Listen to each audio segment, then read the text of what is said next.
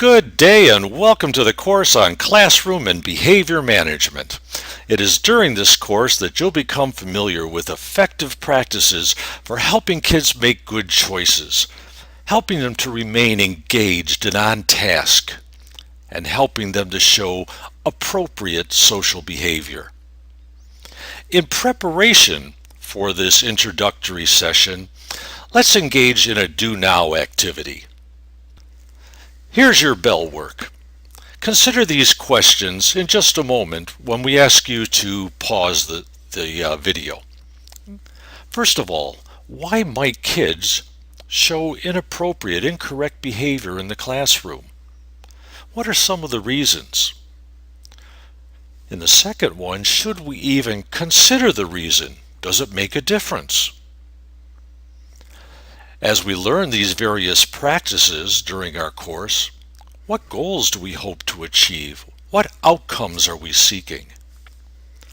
In the fourth question, think back. What's some of the advice that you've been given? What sage words have you heard from experienced teachers?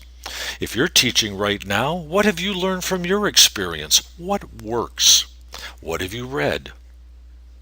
In the fifth, consider the student-teacher relationship. How important is it to build trust bonds and a good rapport between adult and child? Pause this video and let's re-engage after you've had a chance to think about these 5 questions.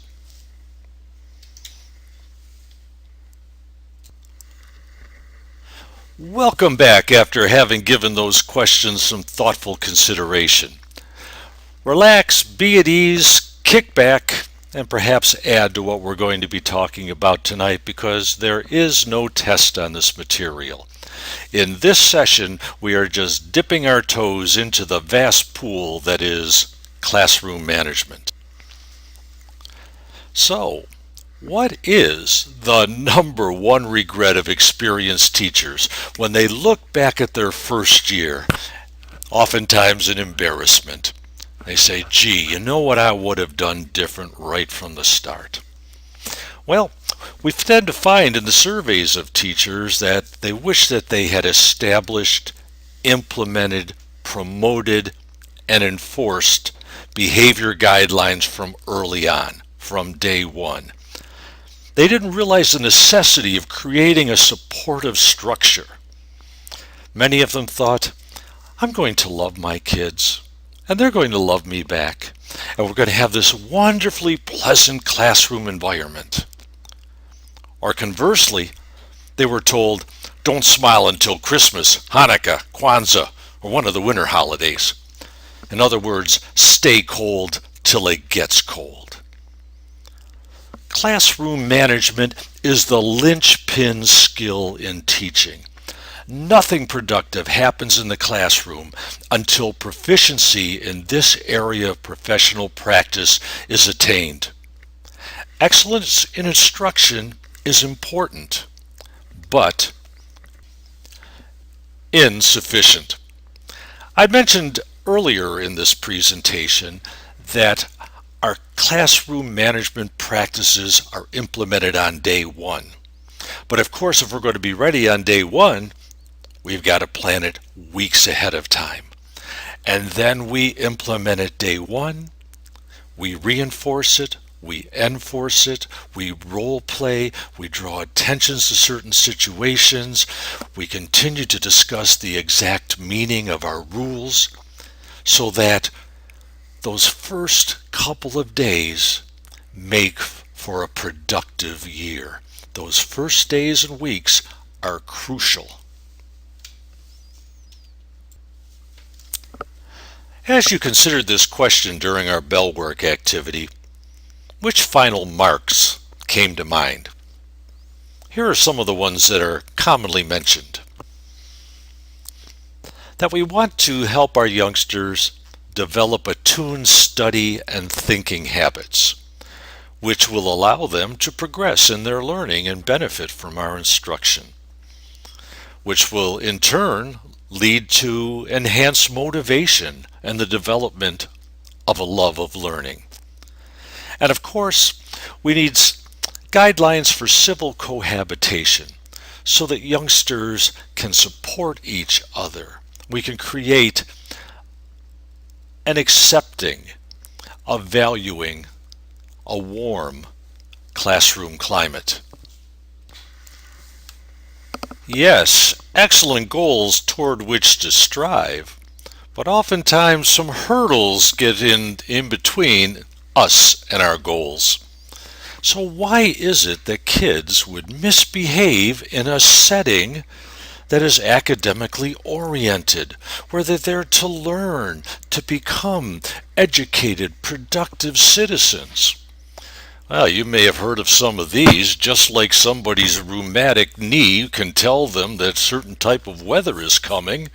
We could say, well, if that's the case and the weather's coming, I can tell you how my kids are going to behave. Oh, they're misbehaving because it's going to rain, it's going to snow, the rain is here, the snow is here, it's cold, it's hot. All these other ones that are mentioned there. Personally, mimes. That's the one that I think is responsible for all this. I don't know how they're involved, but I know they are. I mean, they're creepy, and they bring a number of, existential and legal questions to the forefront. For example, if a mime falls in a forest, does he make a sound? If the police arrest a mime, is it necessary to inform him of his right to remain silent?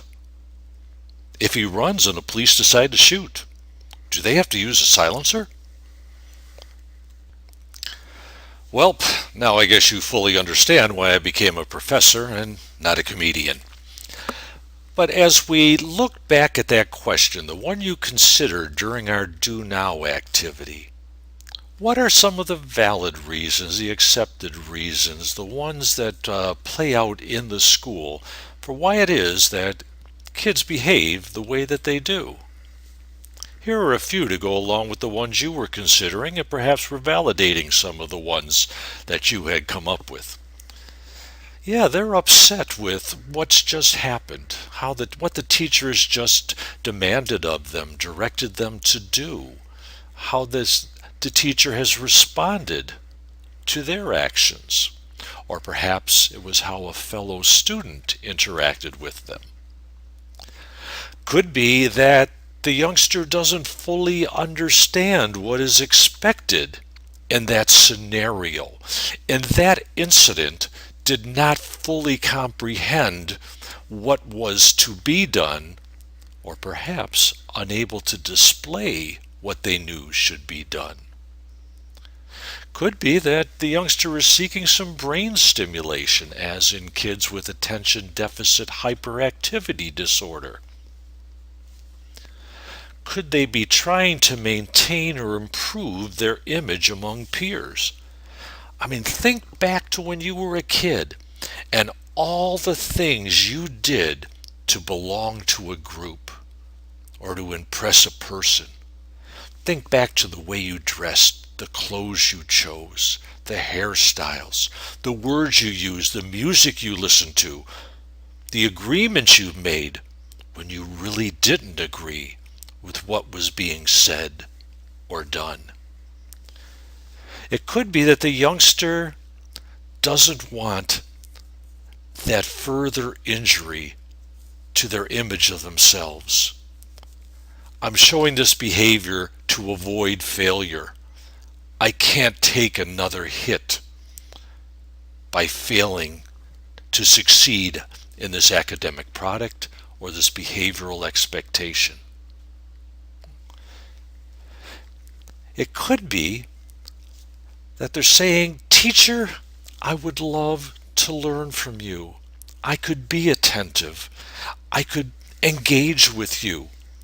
But I'll tell you who the real power figures are in this classroom. It's those 3 kids in the back row. They're already victimizing you and they're making your life miserable. If I'm subservient to you, that makes me even more vulnerable. I'm sorry, teacher, I would love to work with you, but I can't. I have to laugh at their jokes. I have to do the things that they do to protect myself. We all need safety, physical safety, psychological safety. that we won't be belittled and bullied, social safety, intellectual safety, that you can offer up a thought in class and not have someone say, "Oh, that's really dumb." We all need our safety, and that's one of the purposes of classroom management, to provide a safe haven for kids. Most often, it comes down to these general categories. Either the youngster is attempting to obtain something, what we call positive reinforcement. Something viewed positively by the youngster comes to them when they engage in that particular action. They get the attention of others. Realizing that for some kids, negative attention is better than no attention at all. At least I exist. People are interacting with me. Maybe they're trying to obtain a desired object, a special privilege, a degree of influence and power in a situation so they can rise in status among their peers. So attempting to obtain something or attempting to escape something negative. And if the youngster is successful, that action does help them escape an embarrassing situation, being bored, or failing. That negative thing goes away. That's reinforcing. In fact, it's negative reinforcement. The action was successful in making the negative thing disappear. That action can prevent it from happening in the first place, that awful thing, or it can help them escape during that awful episode. And number two there, it's just that a kid becomes overwhelmed with stress in a situation. We all have a certain pot, so to speak, within us that can handle the stress of the day and the disappointment and the anxieties. But if that stress level rises and overflows the lip of that pot, then we're going to get some rather uncontrolled behavior. Some folks have a smaller pot than others, or they fail to filter the stress that comes in. We all have different size pots. When that stress boils over and the kid is no longer able to handle the pressure, there are a number of responses in which that kid can engage. He can fight at it, he can push back at it, he can try to make it go away, try to intimidate that anxiety in order to make whoever is presenting that stress remove themselves from the situation.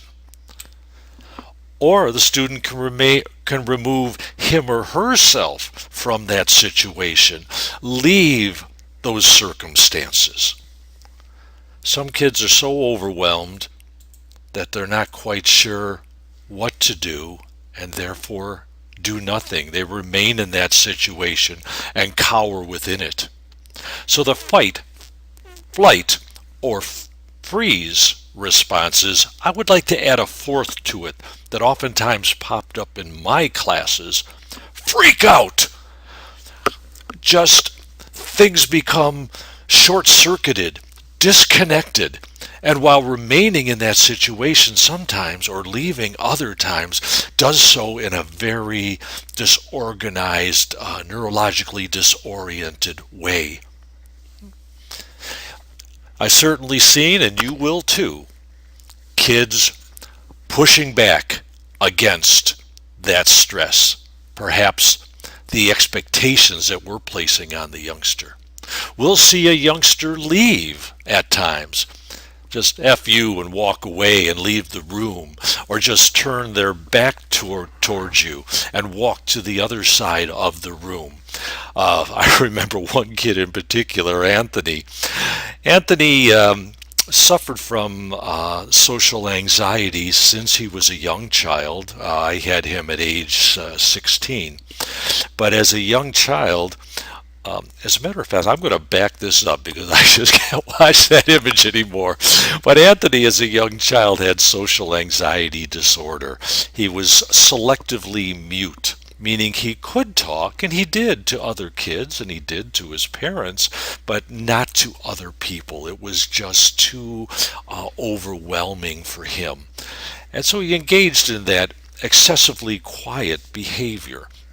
He did pick up on words after a while, and he would respond to folks, but oftentimes some of those words he picked up and he used were not appropriate for the situation.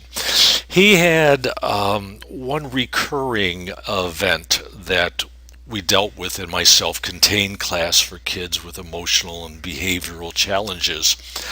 Anthony, whenever an adult would request something of him or demand something of him and it was too much, he would say, F you! The F standing for a certain inappropriate word. F you! And just run away. And I'd talk with him and say, Anthony, why can't you just run? Why do you have to throw the F in there too? That just makes situations worse. But in our social skills training sessions, we worked on self-management, and we role played and we practiced, and I would put demands on him in the role play, and he had two responses, which were to either answer or to say, please ask Mr. McIntyre, sir, or ma'am. Yeah. And he was good at it in practice. But we want to make the situations more and more realistic. So it's time for a test. And I arranged this with my colleague down the hallway, that Anthony was going to take the attendance down to the office, which of course every kid wants to do. Would you like to take the attendance down to the office, Anthony? Yeah, sure. All right. So he's walking down the hallway, and I phone my colleague and I say, here he comes. My colleague steps out in the hallway, says, good day, Anthony, how are you? And Anthony says, okay, sir, I'm okay. And he says, I'd like to see your pass, please. And Anthony follows the direction and hands over the pass, even though he's quite anxious at this moment. And my colleague says, this isn't McIntyre's signature, this is forged. Anthony yells, F you! And turns and runs down the hallway, at which point my colleague says, this was a test.